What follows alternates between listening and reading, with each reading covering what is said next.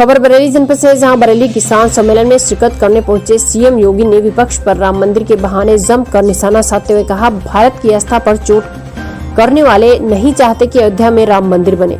वहीं उन्होंने यह भी आरोप लगाया कि कुछ लोग राम को अलग करने की साजिश रच रहे हैं, लेकिन इस बीच देश के प्रधानमंत्री मोदी ने राम मंदिर का शिलान्यास कर दिया। इस बात से विपक्ष बेहद परेशान है। योगी ने धारा 370 के मुद्दे पर कांग्रेस को एक बार फिर आड़े हाथ लिया है। उन्होंने कहा, 1952 में कांग्रेस 370 की धारा लाई, जिसका फायदा देश के केवल 4 परिवार उठा रहे थे, लेकिन केंद्र सरकार ने इस धारा को हटाकर सभी को जम्मू कश्मीर के साथ लद्दाख जमीन खरीदने का बनाने का अधिकार दे दिया।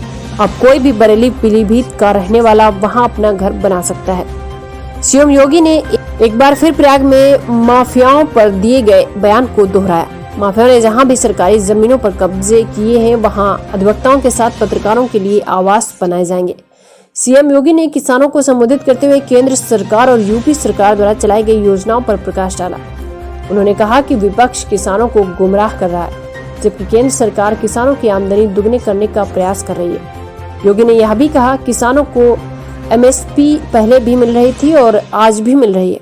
सरकार हर स्तर पर किसानों की समस्याओं पर विचार कर रही है और उनका समाधान भी कर रही है। भाजपा सरकार में सबसे ज्यादा किसानों के कर्ज माफ हुए। आपको बता दें कि बरेली के भोजीपुरा क्षेत्र के एलडको मैदान पर किसान सम्मेलन आयोजित किया गया था, जहां 10,000 से अधिक किसानों के साथ बरेली मंडल के सांसद और विधायकों ने भागीदारी की। इस मौके पर सुरेश खन्ना ने सरकार द्वारा किसानों के हित में चलाई जा रही योजनाओं पर प्रकाश डाला।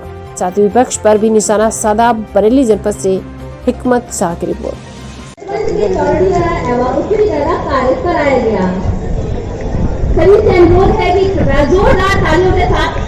विपक्ष को अन्नदाता किसानों के भी हक पे डकैती डालने का काम करता था। स्वर्गीय राजीव गांधी जी ने वैसे ही नहीं कहा था कि हम 100 रुपया बेचते हैं, किसान के खाते में, मजदूर के खाते में 10 ही रुपया जाता है, 90 रुपया कौन चढ़ कर जाता था। आज जो परेशानी जिन लोगों को ये 90 रुपया चट करने वाले लोगों के जब हक तक पूरी तरह प्रतिबंधित किया जा रहा है, उसको रोका जा रहा है, तो उसे परेशानी हो रही है।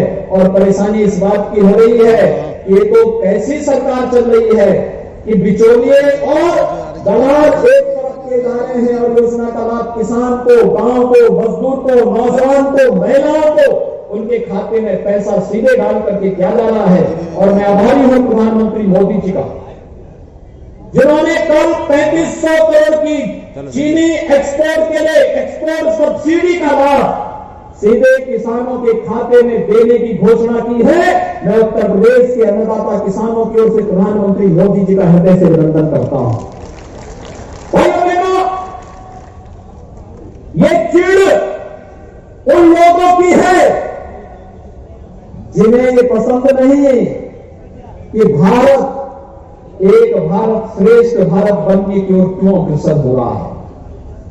याद करिए, प्रधानमंत्री मोदी जी ने पहले कार्यकाल के लिए कहा था, हम गरीबों के लिए, किसानों के लिए, नौजवानों के लिए, महिलाओं के लिए, समाज के लिए काम करेंगे।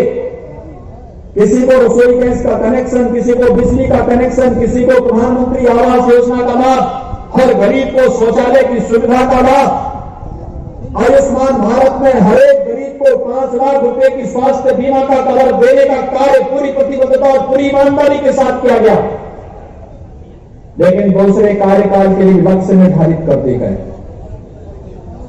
आपने देखा होगा एक जगह धरना चल रहा है और धरने में मांग क्या है? पहले तो उन्होंने कहा एमएसपी की गारंटी मिलनी चाहिए। भारत सरकार ने कहा कि एमएसपी तो हम दे ही रहे, एमएसपी वापस लेने का कोई सवाल ही नहीं होता है। एमएसपी बल्कि कृषि संबंधी 3 कानून बनने के बाद सितंबर 2020 में एमएसपी में बढ़ोतरी करने का काम भी प्रधानमंत्री मोदी जी के नेतृत्व में केंद्रीय कैबिनेट ने किया है। लेकिन गुमराह करने वाले लोग क्यों गुमराह कर रहे हैं? क्योंकि उन्हें बुरा लग रहा है। और बुरा किस बात का लग रहा है? क्योंकि जो लोग भारत के स्वाभिमान और सम्मान को कचोड़ते थे, भारत की आस्था के साथ खिलवाड़ करते थे, जिन्हें बर्दाश्त नहीं है कि अयोध्या में भगवान राम का भव्य मंदिर क्यों बन रहा है, आज वे लोग परेशान हैं क्योंकि अब तो प्रधानमंत्री मोदी जी ने अयोध्या में भगवान राम के भव्य मंदिर के निर्माण का शुभारंभ भी कर दिया है। और भाइयों बहनों, यही परेशानी है इन लोगों को, क्योंकि ये लोग इसी बात को लेकर के परेशान हैं। ये लोग मामले को लटकाते थे, भटकाते थे, लड़ाते थे और हर स्तर पर प्रयास करते थे कि कहीं भी किसी भी व्यक्ति को इस मुद्दे को उठाने की छूट न दी जाए। विपक्ष अयोध्या जाने में डरता था। मुझे लगता है जब मैं यहां पर अभी अपने विधायकों के नाम पढ़ रहा था, देखिए मैं नाम जब यहां पे पढ़ रहा था और पढ़ते पढ़ते मैं देख रहा था कि हमारे पूर्वज कितने महान थे। कहीं न कहीं अपने नाम के आगे या नाम के पीछे राम शब्द रखते थे। राम बहरम मौर्य, राम शब्द से नाम आगे आ रहा है, या बाबू राम, यह हमारे पूर्वजों की सोच है। राम के प्रति भारत की सनातन आस्था को व्यक्त करने वाला यह भाव और भारत की आस्था पर प्रहार करने वाले लोग नहीं चाहते थे कि अयोध्या में भगवान राम का मंदिर बने। और हमारा किसान तो जब मिलता है राम राम ही कहता है, उसका संबोधन ही राम राम का होता है। सुबह मिले शाम मिले राम राम। और अगर प्रियजन गुजर गए तो राम नाम सत्य है कहकर के अंतिम यात्रा ही निकाल लेते हैं। कहीं पूरा जीवन जन्म से लेकर के अंतिम यात्रा तक एक शब्द हमारे साथ चलता है मंत्र के रूप में, और राम का शब्द है। और राम को हमसे अलग करने की साजिश किस रूप में हो रही थी? मोदी जी आए, उन्होंने प्रयास किया, देश की उच्चतम न्यायालय ने मेरिट के आधार पर फैसला दिया और अयोध्या में भगवान राम के भव्य मंदिर निर्माण का मार्ग प्रशस्त हुआ। और प्रधानमंत्री मोदी जी ने अयोध्या में आकर के इस कार्य का शुभारंभ भी कर दिया है। और विपक्ष को इस बात की परेशानी है, क्या अयोध्या में राम मंदिर बनना चाहिए कि नहीं बनना चाहिए?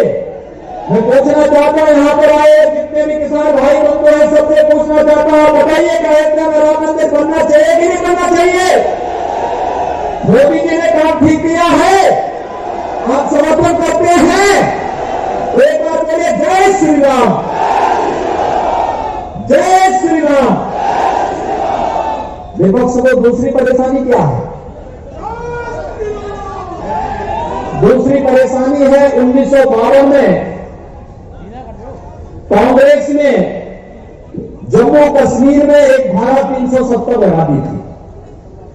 इस धारा 370 पहले तो इस बात के लिए व्यवस्था करती थी कि शेष भारत के लोग जब जम्मू कश्मीर में जाएंगे तो उनको परमिट लेना पड़ेगा।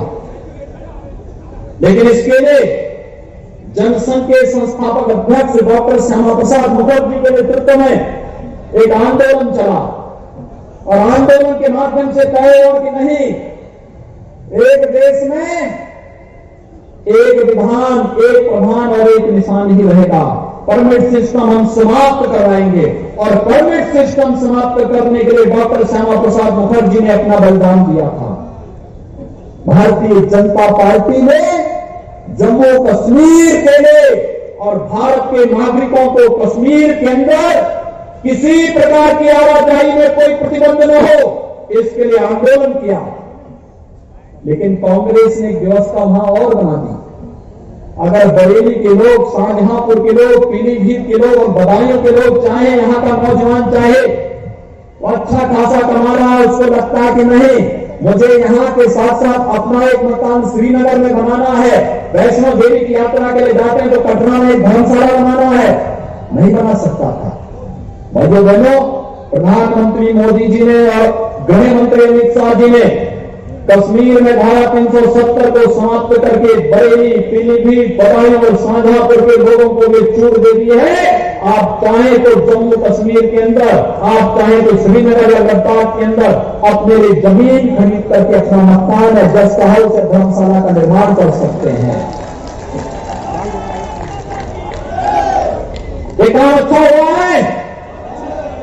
मैं आपसे पूछना चाहता हूं, जम्मू कश्मीर में धारा 370 समाप्त करके जो अधिकार प्रधानमंत्री मोदी जी ने पूरे देश को दिया है, क्या ये अच्छा कार्य हुआ है?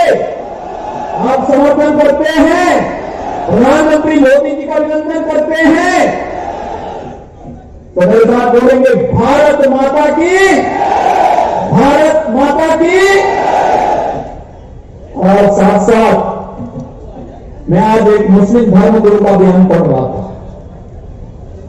जम्मू से उनका बयान आया है और उन्होंने कहा कि हम प्रधानमंत्री मोदी जी का अभिनंदन करते हैं कि जम्मू कश्मीर के विकास की प्रक्रिया को उन्होंने धारा 370 को समाप्त करके आगे बढ़ा दिया है।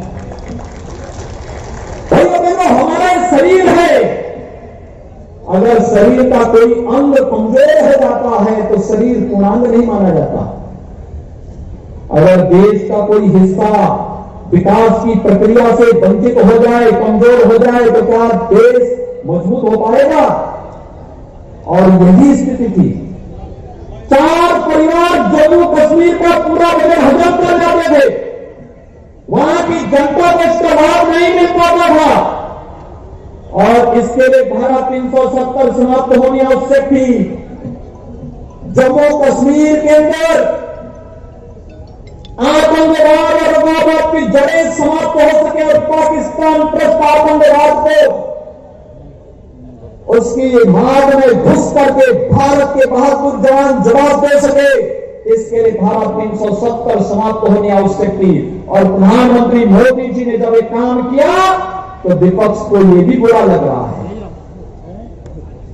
उनकी परेशानी वही है और उस खिसियाहट को क्या आज भारत को विकास कर जा रहा है, क्योंकि देश तो वही, संसाधन वही, नेतृत्व बदला तो देश का परसेप्शन भी बदल गया।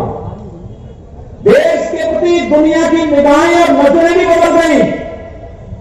भारत ने कोरोना के कालखंड में जितना बेहतर प्रदर्शन किया है, आज दुनिया उसकी सराहना कर रही है और दुनिया ने इस बात को माना है कि प्रधानमंत्री मोदी जी के नेतृत्व में भारत का प्रदर्शन बेहतरीन रहा है।